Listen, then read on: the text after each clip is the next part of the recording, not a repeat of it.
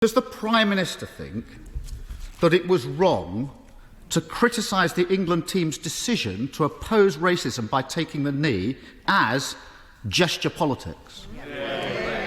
I agree very much with what the Right Honourable Gentleman has said about the England team. And I repeat, I want to thank each and every one of them for what they did, their incredible campaign they ran in the Euro 2020 Championships. And they do represent the very best of our country. And I repeat that I utterly condemn and abhor the racist outpourings that we saw on Sunday night. And so what we're doing is today taking practical steps to ensure that the football banning order regime is changed, so that if you are guilty, Mr. Speaker, of racist abuse online of footballers, then you will not be going to the match. No ifs, no buts, no exemptions and no excuses. Keir Starmer. Mr. Speaker, I'm sorry, that just won't wash. And it rings hollow. On the 7th, remind the Prime Minister and the House, on the 7th of June, the Prime Minister's spokesperson said this: on taking the knee, specifically, the Prime Minister is more focused on actions rather than gestures. On the 14th of June, the Home Secretary said, I just don't support people participating in that type of gesture politics. The Conservative MP for Bassetlaw called it a ridiculous, empty gesture. So there's no point of pretending that these things weren't said. The England footballer, Tyrone Mings, said that Labour Party member I hear shouted out. Is that really the response? Is that it? Tyrone Mings said, and the House might want to listen, he said this: labelling anti-racism messages as gesture politics serve to stoke the fire of racism and hatred. Prime Minister, they're powerful words from someone who has himself been subjected to racist abuse. He's right, isn't he? Mr. Speaker, I want to reiterate my support, our total support for our fantastic England team, and I support them in the way that they show solidarity with their friends who face racism, Mr. Speaker. But when he talks about the Home Secretary, let me just remind him that my right honourable friend, the Home Secretary, has faced racism and prejudice all her career of a kind that he can never imagine, and she has taken practical steps to get black and minority officers into the police in record numbers. In fact, Prime Speaker, I am... Sorry to interrupt you. I want to hear the Prime Minister. If his own side don't want to hear him, I'm sure the tea room will accommodate them. It's very important to listen to what the Prime Minister's got to say. Have you finished, Prime Minister? Are you OK? Yeah. Keir Starmer.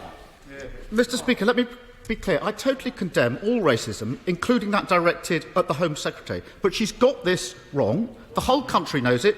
His own MPs know it. In the last few days, everybody has seen England's black players have been the targets of disgusting racist abuse following Sunday's match. Disgusting. And this is really simple, Mr. Speaker. Either the Prime Minister is with the England players in their stand against racism, or he can defend his own record, those of his ministers and some of his MPs. But he can't have it both ways. So can he tell the House, does he now regret failing to condemn those who booed England players for standing up to racism, yes or no? Mr. Speaker, we made it absolutely clear that no one should boo the England team. And Mr. Speaker, what we're doing now is following the racist abuse that our players sadly suffered on Sunday night and thereafter, we're taking practical action. So in addition to changing the football banning order regime, last night I met representatives of Facebook, of Twitter, of TikTok, of Snapchat, of Instagram, and I made it absolutely clear to them that we will legislate to address this problem, Mr. Speaker, in the online harms bill, and unless they get hate and racism off their platforms, they will face fines amounting to 10% of their global revenues. And we all know, Mr. Speaker, that they have the technology to do it. Keir Starmer. Mr. Speaker, the online harms bill has been promised for 3 years. I'm not sure a 15-minute chat at a garden party moves things forward that significantly. But I want to take the Prime Minister up on what he said about being absolutely clear, because here I have the headline, Mr. Speaker: Boris Johnson refuses to condemn fans booing England taking the knee. That's the story, that's the headline, June the 6th. Boris Johnson refuses to condemn fans booing England taking the knee. That's absolutely clear. It's not quite what the Prime Minister is implying today.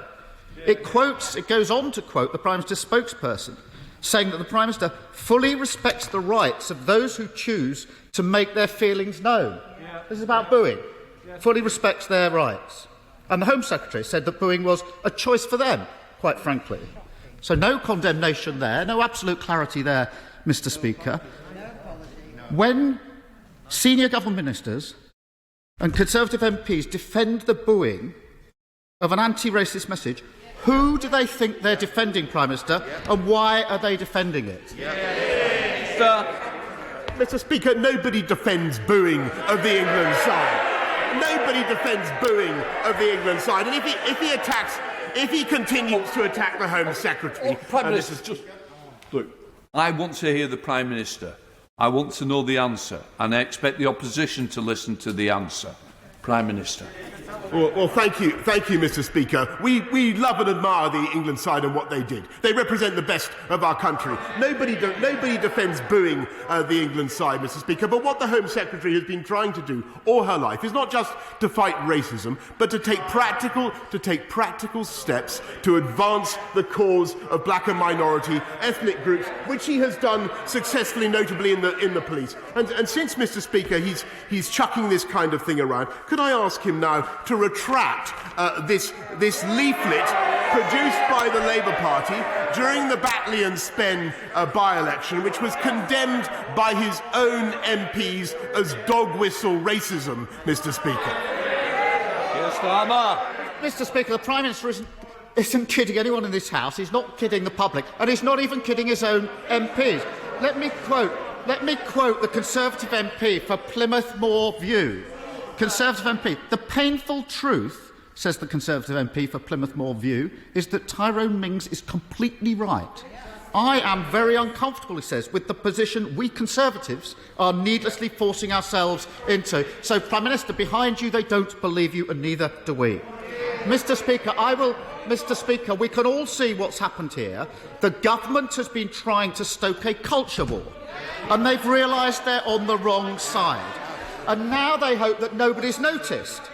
Why else would a Conservative MP boast that he's not watching his own team? Why else would another Conservative MP say that Marcus Rashford spends too much time playing politics when he's actually trying to feed children that the government won't?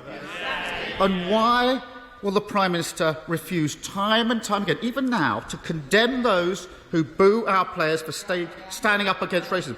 Mr. Speaker, what is it that this England team symbolises that this Conservative Party is so afraid of?